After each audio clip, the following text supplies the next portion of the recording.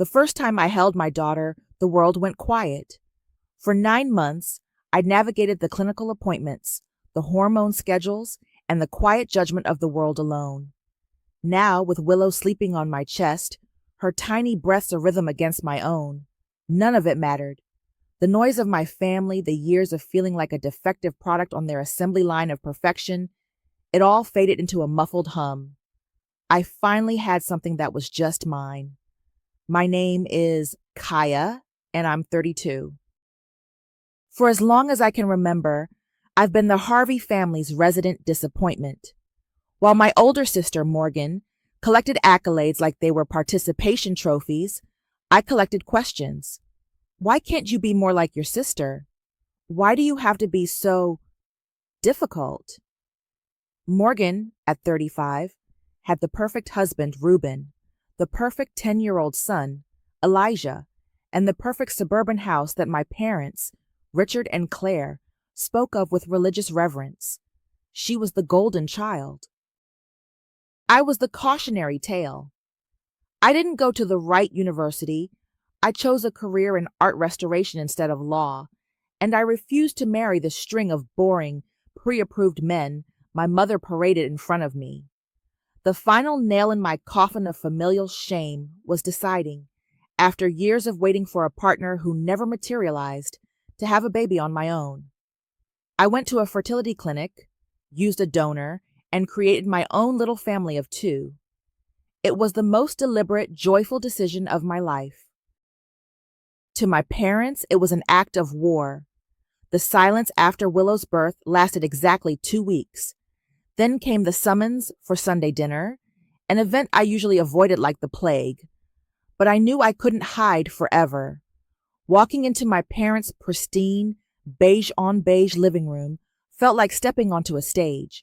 My father, Richard, a man who measured love in stock prices and public perception, gave me a stiff nod. My mother, Claire, wrung her hands, her face a mask of strained politeness. "Kaya, darling," she said, her voice tight. "You look tired." "I just had a baby, Mom.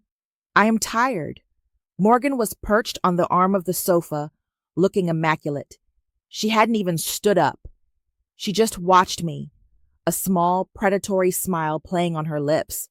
Her husband, Reuben, stood by the fireplace, looking deeply uncomfortable, as usual. The dinner was a masterclass in passive aggression. Every comment was a veiled jab. My mother lamented how challenging it must be to be a single mother, with no support system. My father talked about the importance of a stable, 2-parent household for a child's development. I just ate my dry chicken, bouncing Willow gently in my lap, refusing to take the bait. I knew what they were doing. They weren't concerned. They were building a case. They were laying the foundation for whatever narrative they decided to spin about my life. After dinner, as I was packing Willow's things to leave, Morgan cornered me in the hallway. The fake sympathy was gone, replaced by a cold, sharp glint in her eyes.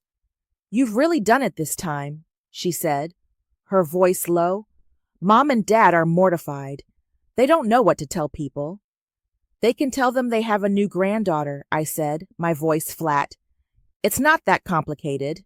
She laughed, a short, ugly sound. "Oh, Kaya, you're so naive. It's always been your problem. You think you can just do whatever you want and there are no consequences." She leaned in closer, her perfume cloying and sweet. "You brought this baby into the world through some back alley procedure. You have no idea what you've done to this family's reputation." I felt a cold knot tighten in my stomach. This wasn't just jealousy. This was something else, something calculated and cruel. I saw the strategy in her eyes, the long game she was playing. She wasn't just trying to hurt me. She was trying to dismantle me. I just stared at her, my face a blank canvas. I wouldn't give her the satisfaction of a reaction. I finished zipping Willow's bag and turned to leave. As I walked away, she delivered the final venomous blow, her voice a whisper that was louder than a scream. "Everyone's talking, Kaya." You didn't really think no one would question where your baby came from? Morgan's whispered threat hung in the air long after I'd driven home. It wasn't an empty one. In the weeks that followed, the whispers became a low roar. A cousin I hadn't spoken to in years called to ask if I was doing okay, her voice dripping with pity. An old family friend saw me at the grocery store and hurried down another aisle as if I were contagious. My family was methodically poisoning every well, painting me as an unstable, desperate woman who had done something shameful to get a baby. The campaign of concern came to a head when my parents showed up at my apartment unannounced on a Tuesday morning. My father stood stiffly in my doorway while my mother swept past him, her eyes scanning my small, tidy living room for evidence of my supposed moral decay. "We were just in the neighborhood," she said, a lie so thin it was transparent. "We need to talk, Kaya," my father cut in, his voice leaving no room for argument. He shut the door behind him. "This situation with the baby, it's getting out of hand." I shifted Willow, who was sleeping in my arms, and faced them. "There is no situation. I have a daughter. That's it." "Don't be difficult," my mother sighed, sitting on the edge of my armchair as if it might bite her. "All we want is peace in the family, but we can't have that if there are secrets. If you got pregnant immorally, we have to intervene, for the child's sake." Immorally. The word was a slap. They weren't asking if I'd broken a law. They were asking if I'd broken their code of appearances. They were baiting me, trying to get a confession to a crime I hadn't committed. "I went to a licensed fertility clinic and used an anonymous donor," I said, my voice dangerously calm. "It's all documented. There are no secrets." My father scoffed. "Documentation can be forged. We just want the truth." I saw it then. This wasn't about the truth. This was about control. They wanted a version of the story they could manage, and if they couldn't get it, they would invent one. I asked them to leave. The invention came 2 weeks later, at the annual Hospital Foundation gala my parents co-chaired. It was the pinnacle of their social calendar, a night of fake smiles and silent judgment. I only went because my best friend Sienna had insisted, saying, "You can't let them make you a hermit. Hold your head high." I was trying. I was standing with Sienna near the silent auction tables, deflecting polite but probing questions, when Morgan found me. She was wearing a glittering silver dress, a triumphant goddess of suburban superiority. Reuben trailed behind her, looking like a man being led to his own execution. "Kaya!" "I was hoping I'd see you," she said, her voice loud enough for the surrounding clusters of people to hear. A few heads turned. "You're looking so well. Motherhood agrees with you." "Hello, Morgan," I said, keeping my expression neutral. She put a hand on Reuben's arm, a gesture of ownership. "You know, everyone has been so curious about little Willow. It's just so sudden, you know." She paused, letting the silence stretch, drawing in her audience. Then she looked right at me, her eyes gleaming with malice, and dropped the bomb. "I just think it's brave of you, to have his baby even after he said no." She gestured to her own husband. "You used Reuben's sperm, didn't you? That baby could be his." The air crackled. A woman next to us gasped audibly. Every conversation within a 20-foot radius died. Sienna grabbed my arm, her knuckles white. I could feel dozens of eyes on me, a wave of shock and scandal washing over the room. My social credibility, already fragile, shattered into a million pieces. Reuben's face went pale, his eyes wide with a mixture of horror and confusion. He looked at Morgan, then at me, and said nothing. But I didn't scream. I didn't cry. I didn't even flinch. A strange, cold calm settled over me. I looked at my sister, at her perfectly crafted performance of a concerned wife, and I saw the entire ugly blueprint of her plan. She thought she was destroying me. She had no idea she was handing me the weapon I needed. "Let them dig their hole," I whispered to Sienna, so quietly only she could hear. I turned to walk away, but my father was suddenly there, his face flushed with rage and public humiliation. He blocked my path, his body rigid. He wasn't looking at Morgan, the one who had just detonated our family in public. He was looking at me. "This ends now," he hissed, his voice low and shaking with fury. "You will take a paternity test.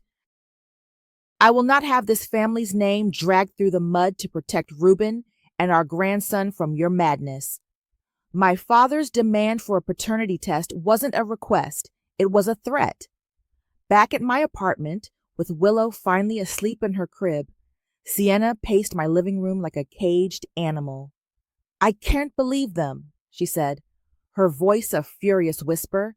"Morgan just publicly accuses you of being some kind of sperm thief, and your dad's first instinct is to blame you? To demand you prove your innocence? Of course it is," I said, sinking onto the sofa. I felt strangely hollowed out, the adrenaline from the gala replaced by an icy resolve. It's always been the playbook. Morgan creates the mess, and I get punished for it. This is just a bigger mess. Sienna stopped pacing and looked at me. "So what are you going to do?" "You're going to do the test, obviously, and prove them all wrong. That'll be the end of it." I shook my head slowly. "No. That will never be the end of it. They'll just invent a new lie. They'll say I paid off the lab. They'll say the donor was a mistake. They won't stop until they've broken me." I looked up at her, the plan that had been a vague, shadowy thought for years, finally clicking into sharp focus. They have declared war. I'm just choosing the battlefield. Sienna frowned. "What are you talking about?" "I'm going to give them exactly what they want," I said. "And then I'm going to give them something they never saw coming." My suspicion wasn't new. It was a quiet hum in the background of our family gatherings, a question mark that had been growing for years. It started with looks. My nephew, Elijah, was a sweet, quiet kid with sandy blonde hair and bright blue eyes. Reuben had dark, almost black hair and deep brown eyes. People would say Elijah must have gotten his coloring from Morgan's side of the family, but none of us were blonde. Then there were the fights. I remember one Thanksgiving, about 5 years ago. Reuben had been laid off from his law firm a few months prior. He was trying to start his own practice, and things were tight. Morgan was complaining loudly about canceling their ski trip to Aspen. Reuben tried to quiet her, his voice low and strained. "Morgan, we can't afford it right now." She turned on him, her voice like ice. "Don't you dare talk to me about what we can and can't afford. You know exactly what you owe me. What you owe him." She'd glanced at Elijah, who was sitting at the kids' table, oblivious. The venom in her tone was chilling. It wasn't the anger of a wife disappointed about a vacation. It was something deeper, something transactional and ugly. The opportunity to confirm my suspicion came that Sunday. My mother called, demanding I come over for a family meeting to discuss the logistics of the test. It was a trap, another chance to lecture and intimidate me, but it was also the opening I needed. I agreed, packed up Willow, and walked back into the lion's den. While my father pontificated in the living room about accredited labs and chains of custody, I excused myself to use the bathroom, heading for the guest powder room downstairs. On the way, I passed the small home office Reuben used when he worked from their house. The door was ajar. On his desk, next to a cup of pins, sat his coffee mug from that morning, unwashed. My heart hammered against my ribs. I quickly slipped inside, used a tissue from my pocket to wipe the rim of the mug, and tucked the damp tissue into a small plastic baggie. Then, I went upstairs to Elijah's room under the guise of needing a quiet place to change Willow's diaper. His room was neat, a shrine to a 10-year-old boy's life. On his dresser was his own hairbrush. My hands were shaking, but my movements were quick. I pulled a few strands of hair, complete with roots from the bristles, tucked them into a second baggie, and was back downstairs in under 3 minutes. The next morning, I called Christian. He was a nurse at the fertility clinic, a friend who had been my rock through the whole insemination process. "They're trying to railroad me," I explained, keeping my voice steady. "They're demanding a paternity test between Reuben and Willow." "That's insane," he said, his voice warm with immediate support. "What do you need?" "I need the official test done, by the book, but I need it fast, and I have another sample I need tested. A private one. A comparison between an uncle and a nephew." There was a pause. "Kaya, what are you doing?" "I'm ending this," I said. "For good." He didn't ask any more questions. He just told me which lab to use for the official test to ensure it was expedited and legally sound, and gave me instructions for sending in the private one discreetly. A week later, Sienna came over with a bottle of wine. The official results from the lab had been emailed to my father's lawyer, with a copy sent to me. The private results had come to my email just an hour before. I hadn't opened either of them. I wanted a witness. I clicked open the first email, the official one. We scanned the document, the scientific jargon blurring until we found the conclusion. Probability of paternity, 0%. Reuben was not Willow's father. A wave of relief washed over me, so potent it almost made me dizzy. "Okay," Sienna breathed, pouring 2 large glasses of wine. "Step 1 is done. They're proven liars. Now for step 2, I said, my hand hovering over the second email. I clicked it open. The report was simpler, a direct comparison of the Y chromosome markers from the 2 samples I'd sent in. I read the conclusion, and then I read it again. My blood ran cold. Sienna watched my face, her smile fading. "What is it? Did it work? Is Reuben not his uncle?" I looked up from the screen, my mind struggling to process the information. It wasn't what I had suspected at all. It was something far more complicated and far more devastating. Sienna leaned forward, her eyes wide with alarm. "Kaya, what does it say?" I stared at her, the words catching in my throat. "It's not what we expected. None of it." The summons came via a text from my mother 3 days after I received the lab results. "Family meeting. Sunday at 2 p.m. Do not be late." It wasn't an invitation. It was a court order. I spent the next few days feeling like a soldier polishing her armor before a battle she knew she was going to win. Sienna offered to come with me, to be a silent presence in my corner, but I told her no. This was something I had to do alone. When I walked into my parents' living room, the scene was exactly as I'd pictured. It was an intervention, an inquisition. My father stood by the mantelpiece. My mother sat rigidly on the sofa, and Morgan was in the armchair opposite, the picture of smug satisfaction. Reuben was there too, standing near the window, staring out at the perfectly manicured lawn as if it held the answers to the universe. He wouldn't look at me. No one offered me a drink. No one asked how Willow was. My father cleared his throat, the sound echoing in the tense silence. "Kaya, thank you for coming. We need to address the disgraceful scene you and your sister created at the gala." "I created, of course." "This behavior has to stop," he continued, his voice taking on the tone he used when closing a business deal. "Your recklessness is now a public liability." He picked up a thick manila folder from the coffee table. "I've had my lawyer draw up some preliminary paperwork. It's a petition to establish a guardianship for Willow, to secure her best interest until you can prove you are a stable and fit parent." The air left my lungs. They were actually doing it. They were threatening to take my daughter. I looked at my mother, expecting some flicker of protest, of maternal instinct.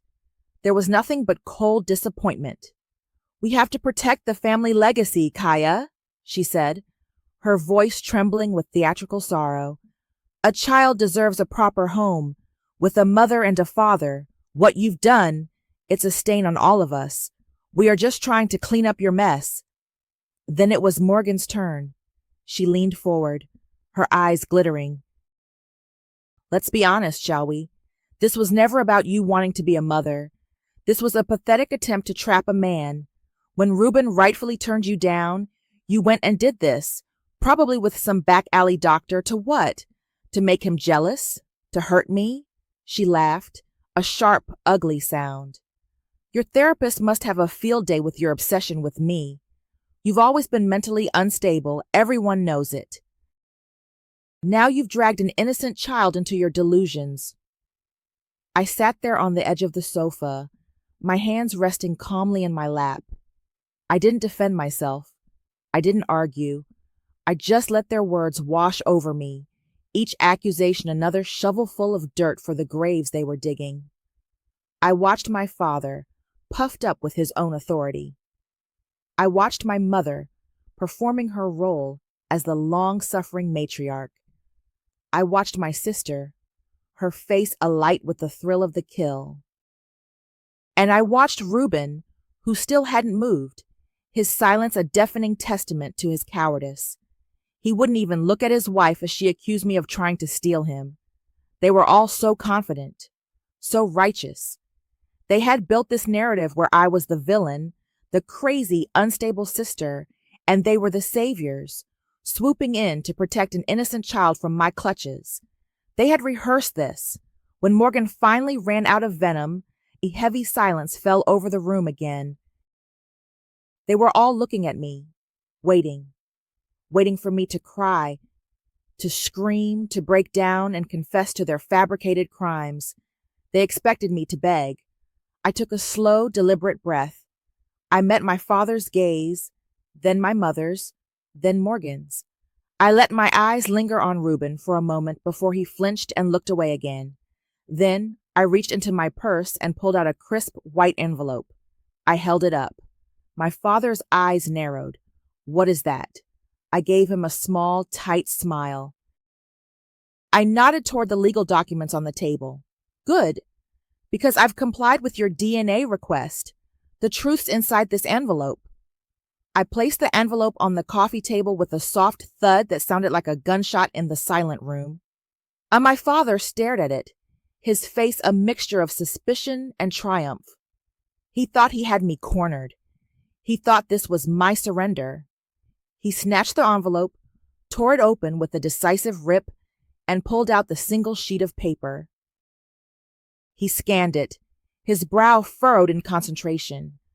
The smug look on his face slowly began to curdle. He read it again, his lips moving silently. "What is it, Richard?" my mother asked, her voice impatient. He didn't answer. He just looked up from the paper, his eyes finding mine. The arrogance was gone, replaced by a flicker of confusion. "It says 0% probability." Morgan let out a sharp, disbelieving laugh. "What? That's impossible. She must have faked it." "Let me see that." She grabbed the paper from his hand. Her eyes darted across the page, her triumphant smile collapsing into a slack-jawed stare. No, this is wrong. The lab made a mistake. Or she paid them off. "Kaya, what did you do?" "I did exactly what you demanded," I said, my voice even and clear. "I took a legally admissible paternity test at a lab of your lawyer's choosing. The results are clear. Reuben is not Willow's father." The room erupted. "This is fraud," Claire shrieked, pointing a trembling finger at me. "You've always been a liar." Morgan was on her feet, her face pale and blotchy with rage. "She's trying to trick us. Reuben, say something. Tell them she's lying." All eyes turned to Reuben. He still stood by the window, but he was no longer looking outside. He was looking at the paper in Morgan's hand, his expression unreadable. He looked trapped, a man caught in a web not of his own making, but one he had allowed to be spun around him. I don't understand, he stammered, finally looking at me. There was no anger in his eyes, just a deep, weary confusion. It's very simple, Reuben, I said softly. You're not the father because you couldn't be. We both know that. My father slammed his hand down on the mantelpiece. Enough of these games, Kaya. We will get a court order. We will force another test. This isn't over. You're right, I said, reaching back into my purse. It's not over. I pulled out a second white envelope and placed it on the table right next to the first one. It landed with the same quiet finality. 4 pairs of eyes locked onto it as if it were a bomb. What the hell is that? Morgan spat. That, I said, leaning back into the sofa, feeling a sense of power I had never known in this house, is another DNA test. The confusion in the room thickened into a palpable dread. They had been so focused on my story, on the narrative they had created for me, that the idea of another secret, one that didn't involve me, was inconceivable. My mother clutched her pearls. What are you talking about? What other test? I let the silence hang for a moment, enjoying the panic blooming on their faces. I looked from my mother's fear to my father's fury, to my sister's dawning horror. Then I turned my gaze to Reuben. Before I tell you what's in here, I said, my voice dropping, becoming intimate and dangerous. Maybe Reuben wants to explain why he's not Elijah's father either. The sound that came out of Reuben wasn't a word. It was a raw, guttural noise of pure shock. He took a step forward, his face ashen. Morgan froze, her mouth opening and closing like a fish. My parents just stared, their minds unable to compute the words I just said. The accusation was so monstrous, so far outside the realm of their perfect family portrait, that it simply didn't register. But it registered with Reuben. The confusion in his eyes was instantly replaced by a flash of something else. Understanding. A dark, terrible understanding, as if my words had just unlocked a door to a room in his mind he'd kept bolted for a decade. He slammed his hand down on the mahogany side table, the crack echoing through the room like a bone snapping. What the hell are you talking about? Reuben's explosion shattered the stunned silence. He strode to the coffee table and stared down at the second envelope, his whole body vibrating with a rage I had never seen in him. He wasn't the quiet, passive man I'd known my whole life. This was someone else. This is another one of your sick games, Kaya, Morgan finally managed to say, her voice shaking. She tried to grab the envelope, but Reuben's hand shot out and covered it. Don't touch it, he said, his voice dangerously low. He looked at me, his eyes boring into mine. Explain. Now. There's nothing to explain, I said, my voice calm. It's a Y chromosome test. It compares the paternal lineage between 2 males. In this case, between you and your son. I paused, letting the words sink in. Or rather, the boy you've been raising as your son. The results show no match. You share no direct paternal DNA with Elijah. My mother made a small, choking sound. My father looked like he'd been physically struck, his face slack with disbelief. That's not possible. Oh, it's very possible, I said. Morgan lunged at me then, a wild animal, cornered. You bitch! You evil, jealous bitch! You faked this! You've always wanted to destroy my life. Before she could reach me, the door to the living room creaked open. Elijah stood there, holding a video game controller, his blue eyes wide and confused. Mom, what's wrong? Why is everyone yelling? The sight of him froze everyone. Morgan stopped dead, her face a mask of horror. My mother gasped and put a hand to her mouth. This was the one thing they hadn't accounted for in their perfect, controlled inquisition, the actual child at the center of it all. Elijah, Honey, go back to your room, Morgan said, her voice strained and unnaturally high. But Reuben knelt, bringing himself down to his son's level. His voice was gentle, a stark contrast to the fury of a moment before. It's okay, buddy. We're just having a grown-up discussion.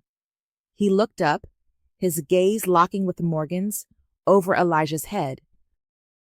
The gentleness was gone, replaced by cold, hard steel.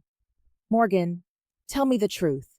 She started to cry, fat, theatrical tears rolling down her cheeks. Reuben, don't listen to her. She's trying to tear us apart. You know how she is.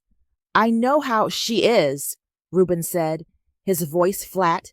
Now I'm asking who you are. He stood up, his face a grim mask. The pieces were clicking into place for him.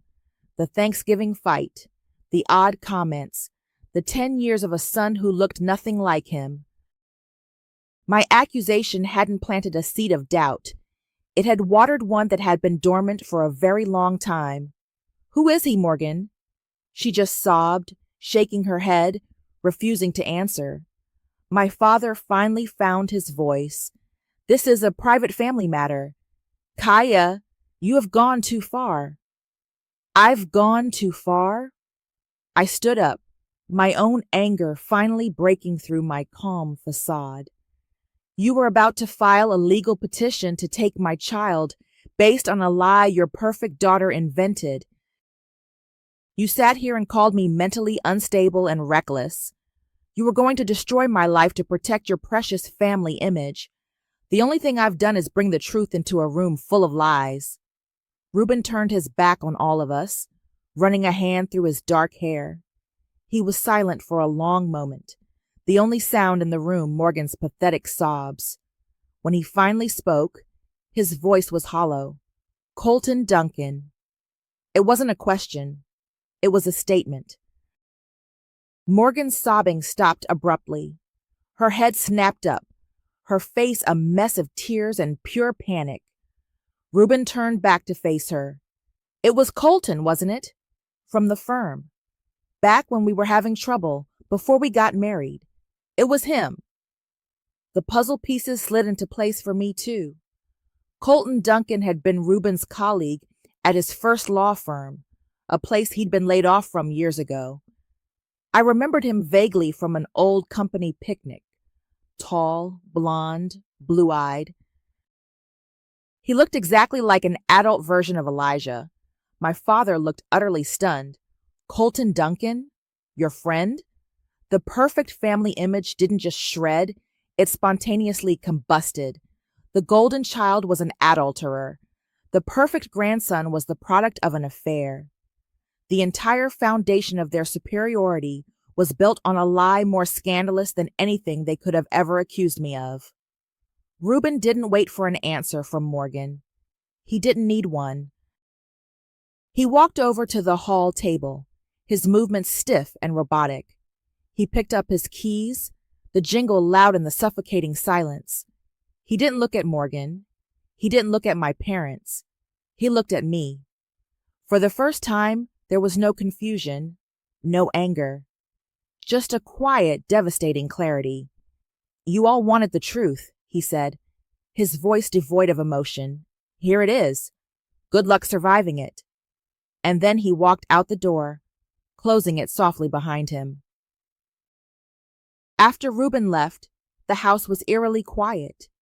The implosion had been so absolute that it seemed to suck all the air out of the room. My father sank into his armchair, looking 10 years older. My mother was staring at Morgan, who was curled up on the sofa, her face buried in a cushion, her body shaking with silent, desperate sobs. Elijah had long since fled back to his room. I didn't say another word. I just picked up my purse and the 2 envelopes from the coffee table and walked out. There was nothing left to say. The truth had done its work. The fallout was swift and brutal. The first call I got was from Sienna. Are you okay? She asked, her voice tight with worry. I'm fine, I said, and for the first time in a long time, it felt true. I think I'm more than fine. The next call came a few days later, from a woman named Amelia, a lawyer friend of Sienna's. I'd met her a few times at parties. "Sienna told me what happened," Amelia said, her voice crisp and professional. "The public accusation at the gala, the threats to take your child, Kaya, that's not just family drama. That's defamation of character and attempted custodial interference. You have a case, a strong one." I hadn't even considered it. My plan had been to expose them, to watch their perfect world crumble. I hadn't thought about what came next. What would that involve? I asked. A cease and desist letter, to start, followed by a lawsuit for damages if they don't comply. We have witnesses from the gala. We have their own legal paperwork threatening to take Willow. They don't have a leg to stand on. It felt right. It wasn't just about revenge anymore. It was about setting a permanent boundary. It was about ensuring they could never, ever try to touch my life or my daughter's life again. I told her to proceed. The cease and desist letters, sent to my parents and to Morgan, landed like grenades. My father, a man who believed all problems could be solved with money or intimidation, was suddenly facing an opponent who couldn't be bullied. His own reputation, the thing he valued above all else, was now legally on the line. Then came the call from my mother. Her number flashed on my screen, and I almost didn't answer. But curiosity won. "Kaya," she began, her voice a weak, pleading whisper. "You have to stop this. Please. You're tearing this family apart." The audacity of it almost made me laugh. "I'm tearing it apart? Mom, the family was a lie. You just didn't want anyone to know. Think of Elijah," she cried, her voice cracking. "He's an innocent child in all of this. Reuben has moved out. Morgan is a wreck. Richard won't even speak to her. You made your point, Kaya. Now stop, for Elijah's sake." The manipulation was so ingrained, so automatic, she probably didn't even realize she was doing it. Using her grandson as a shield for her daughter's deceit. "Elijah's pain is not my fault," I said, my voice cold and hard. "It is Morgan's fault. It is your fault for enabling her. It is Dad's fault for valuing appearances over honesty. You all built this house of cards. Don't blame me for being the gust of wind that blew it down." I hung up before she could reply. A week later, I decided to see Morgan one last time. I don't know why. Maybe I needed to see the wreckage up close to believe it was real. I found her at her perfect suburban house. The lawn was overgrown, and newspapers were piled up on the porch.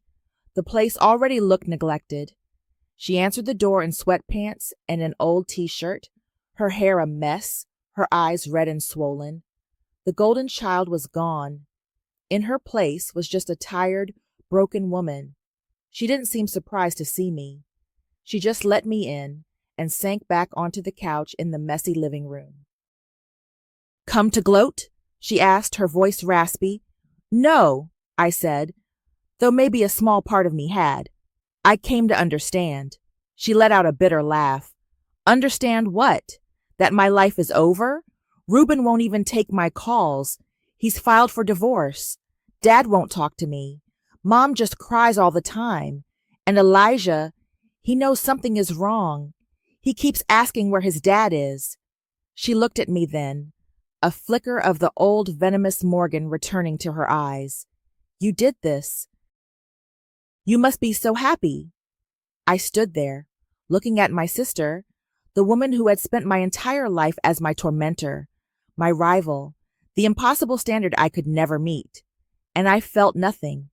Not pity, not joy, not even anger anymore. Just a vast, empty space where a relationship should have been. "You tried to take my daughter, Morgan," I said, my voice quiet but unyielding.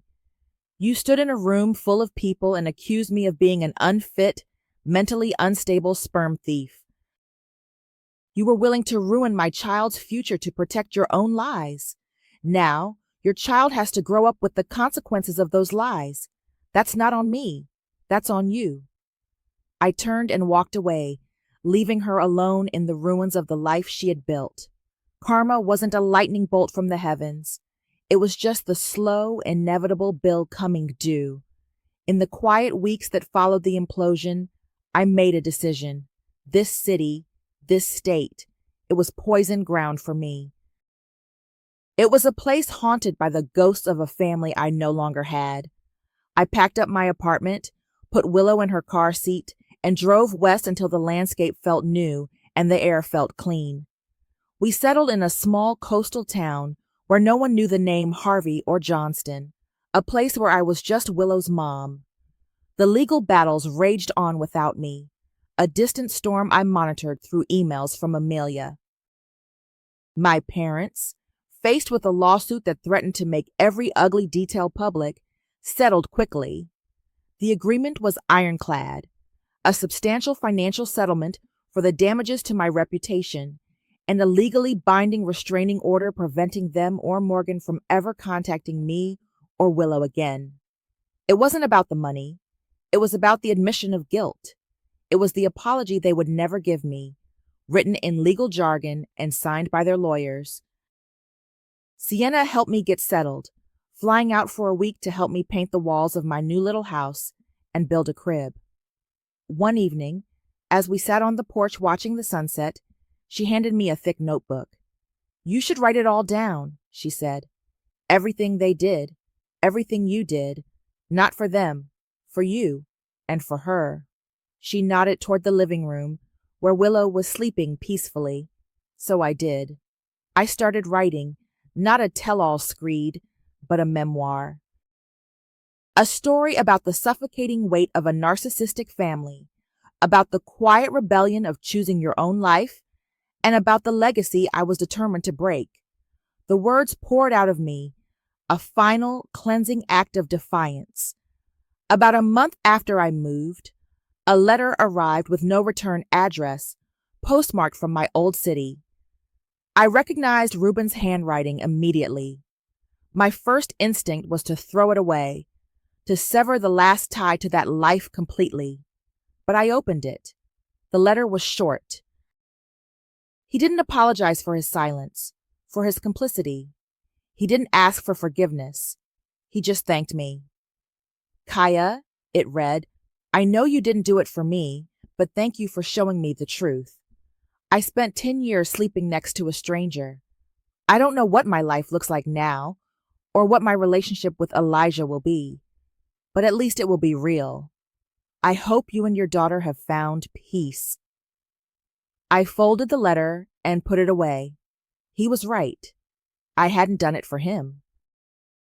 I had done it for me and for Willow, but his words gave me a strange sense of closure. He was the only one who had ever acknowledged the truth without being forced to. I wondered sometimes if the revenge had been worth it. Had destroying my family given me peace, or just a different kind of emptiness? There was no triumphant feeling, no final surge of victory. There was just quiet, the quiet of a life free from constant judgment and manipulation. The quiet of a morning spent with my daughter, with no tense phone calls or dreaded Sunday dinners on the horizon. I realized the revenge wasn't the point. The point was the escape. The DNA test, the confrontation, they weren't acts of war. They were the tools I had to use to break out of my prison. My family had built the walls, locked the doors, and dared me to leave. All I did was find the key. Now, my life is small and simple, and infinitely larger than it ever was before.